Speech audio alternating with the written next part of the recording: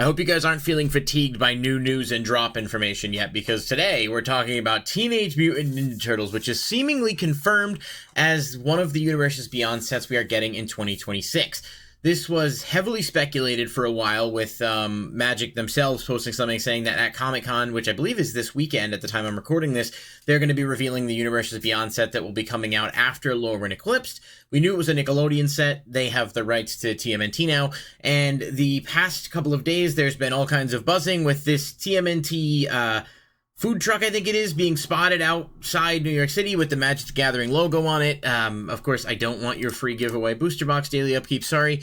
And this is essentially confirmation that this exists. DraftSim posted an article saying it is confirmed. I mean, I guess technically speaking, it's not 100% confirmed that this is the set because it could be a secret lair, but I mean, all the signs point to this being a set, so we're kind of operating under the assumption that that is what this is going to be. So they called it unannounced at this point, and it will be officially tomorrow, October 10th, at the time of recording this. So, assuming it is Teenage Mutant Ninja Turtles, and assuming that that is kind of what we're going to be looking at as a set, there are a few things to talk about. For one, is this a great choice for a Universes Beyond set? I don't think so on the surface, but I respect the fact that everybody does have different tastes. I think the Spider-Man set was pretty rough. I don't think it was all that good at all.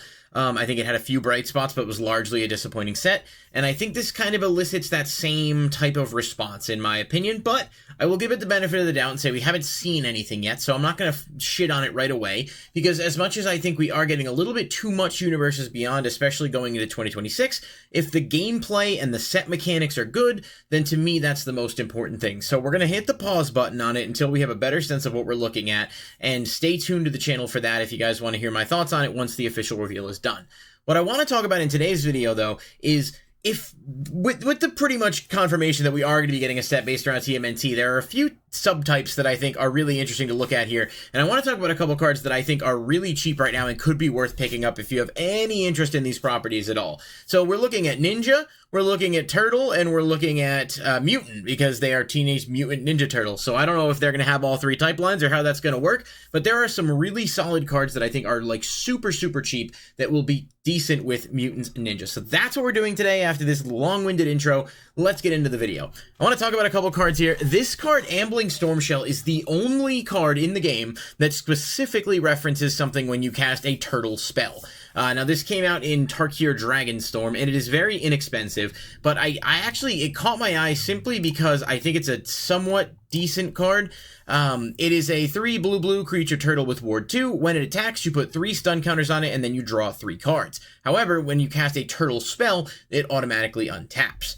There's a lot of variables to whether or not this card even has any possible chance of being good. For one, we'd need to have some level of commander deck or turtle synergy that like uses blue and has ways to get stuff out fairly cheap. This is a 5-drop. It's not easy to bring out, but if stuff can like cheat out turtles from the hand, or if there's ways to bring out turtles specifically, well then suddenly we're looking at a card that could potentially be very beneficial for you. Now, the only reason I mention this card on the list in general is because it is like $1. The pre-release version specifically is where I personally have bought some of these. I bought a few yesterday, just because I really like stamped cards. It's just my preference. It does also have this borderless version from Tarkir. If you like that art style and you like these cards, the foil versions of this are only like 40-50 cents. So if you think there's even a small chance it could be a card you might be interested in playing, if there is some good turtle support that makes it viable, I do feel like at 40 cents, it's really not a bad pickup either way.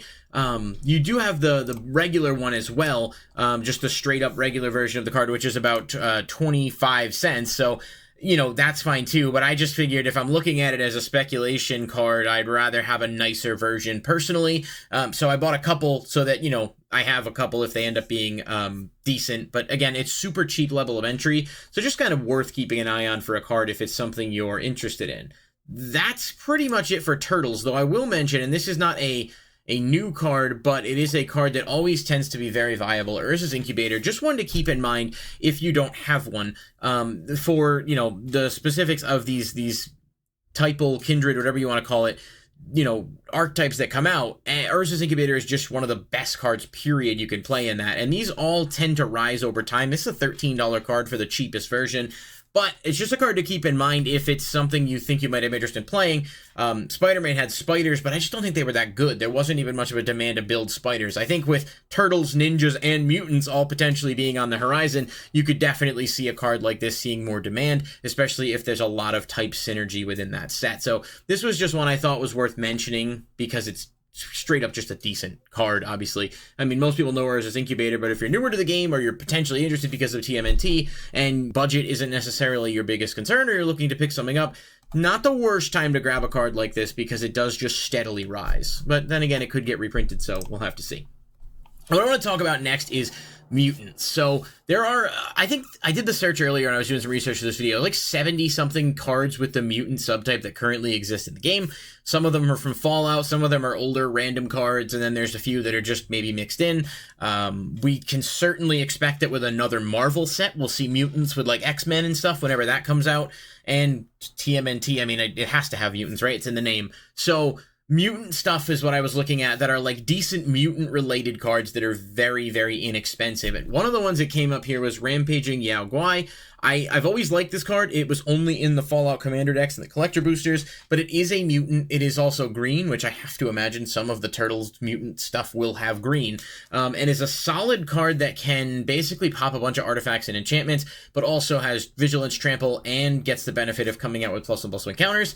I don't think it's a great card necessarily, but just one to keep on your radar in terms of playability purposes. It is only about $1 for non-foil versions of the card. Foil actually a bit more, again though only in collector boosters, so I kind of understand why the value is higher. The Surge foil version of it, if you're looking for a higher end speculation, is around 5 and change after shipping. It's not a terrible pickup for a card that, like, if mutants start to see play, you'd certainly include this, I think, in decks as long as it fit within the color combinations there. So just a card to keep in mind as we go through the video. I think the Master Transcendent is another one that's fairly interesting. This is a legendary artifact creature mutant. I don't necessarily think this would be like a mutant-specific commander unless you get a lot of other cards that care about having other mutants out, but it does play into the rad counter mechanic, and then it also allows you to put creatures that are put into grave onto the battlefield under your control, and it turns them into mutants. So if this lines up somehow with color combinations like let's say we get a black, green, blue commander that works with mutants, you could easily slot this right in and it would give you the ability to play into more of your cards.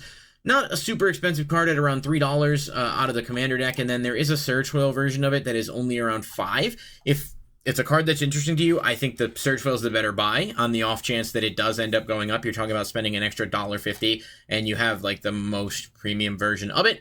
If you don't care about that, then, just grab the regular one. It's $3. So either way, this is going to be highly dependent on what the color combinations are for mutant support if we get them, but just something to keep in mind. We're very early into this and there is a chance that you could get some good value here. So that's sort of the benefit to looking at some of this stuff early.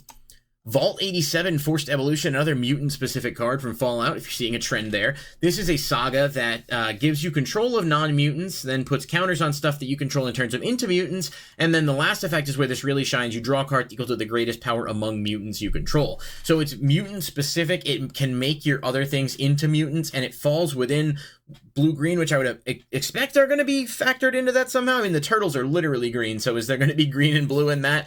I'm not 100% sure how they're going to do the color pie, how they're going to break all that down, but a solid saga card that I think is less than 10 cents. So, it's not a bad pickup. I picked up like 10 of these yesterday just for like less than $1 to have a couple and then just to take that chance on like maybe they'll go up. Who knows? I genuinely have no idea, but it's one of the few mutant specific cards, and I know there's been a bit of speculation for it.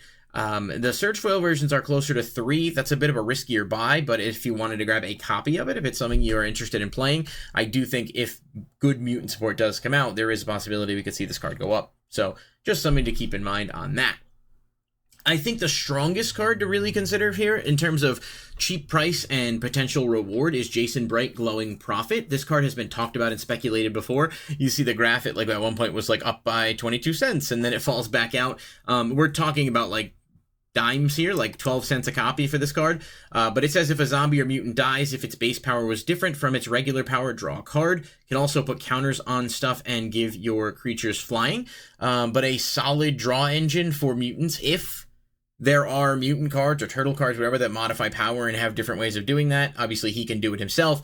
but just a solid draw engine card that should slot really well into any, you know, mutant-based strategies should they start to come to fruition. And again, at 12 cents, like, it's just really not a bad pickup. Again, full transparency, I bought about 10 of these yesterday, I think, just looking around at the market, and I paid like $1 and change. Obviously, I didn't do anything significant to the market. That wasn't my point. I just wanted to have some of these because I do think it's a decent speculation card.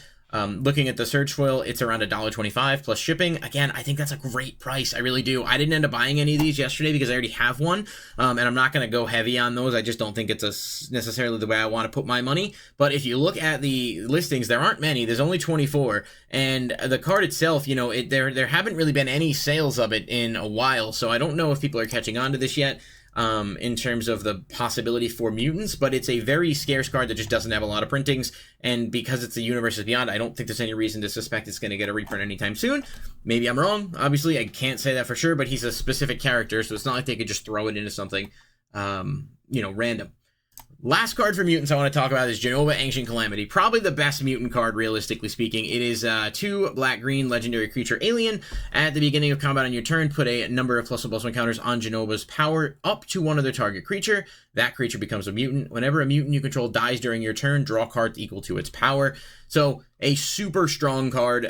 It's been talked about, speculated about since it was released. It's also a popular, you know, Final Fantasy character, so there's that going for it. I think this card could be an insanely good commander if we get mutants that fall into the color combinations there. Just the draw power alone could be crazy, especially with how many ways black has to, like, sacrifice stuff and trigger draws. This card's not cheap enough where I would say it's, like, easy to speculate. I mean, this is the pre-release version, and it's around $6 at the cheapest.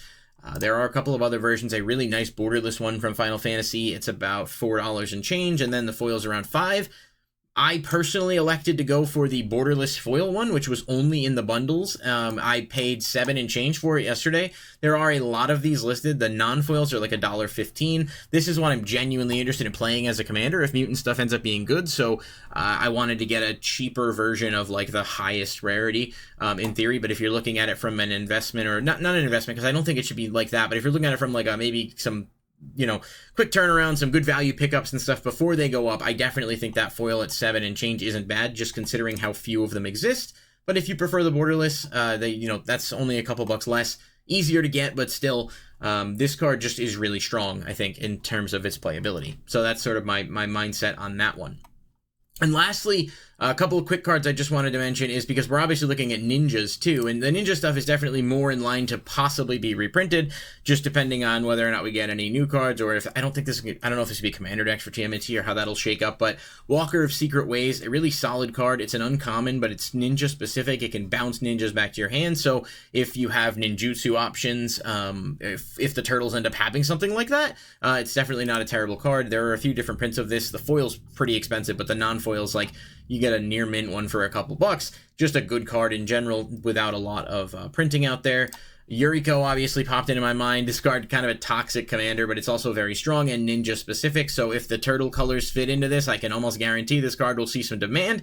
It has bottomed out. It is, you know, it used to be a lot more expensive. There are a couple different versions of it that I think are neat.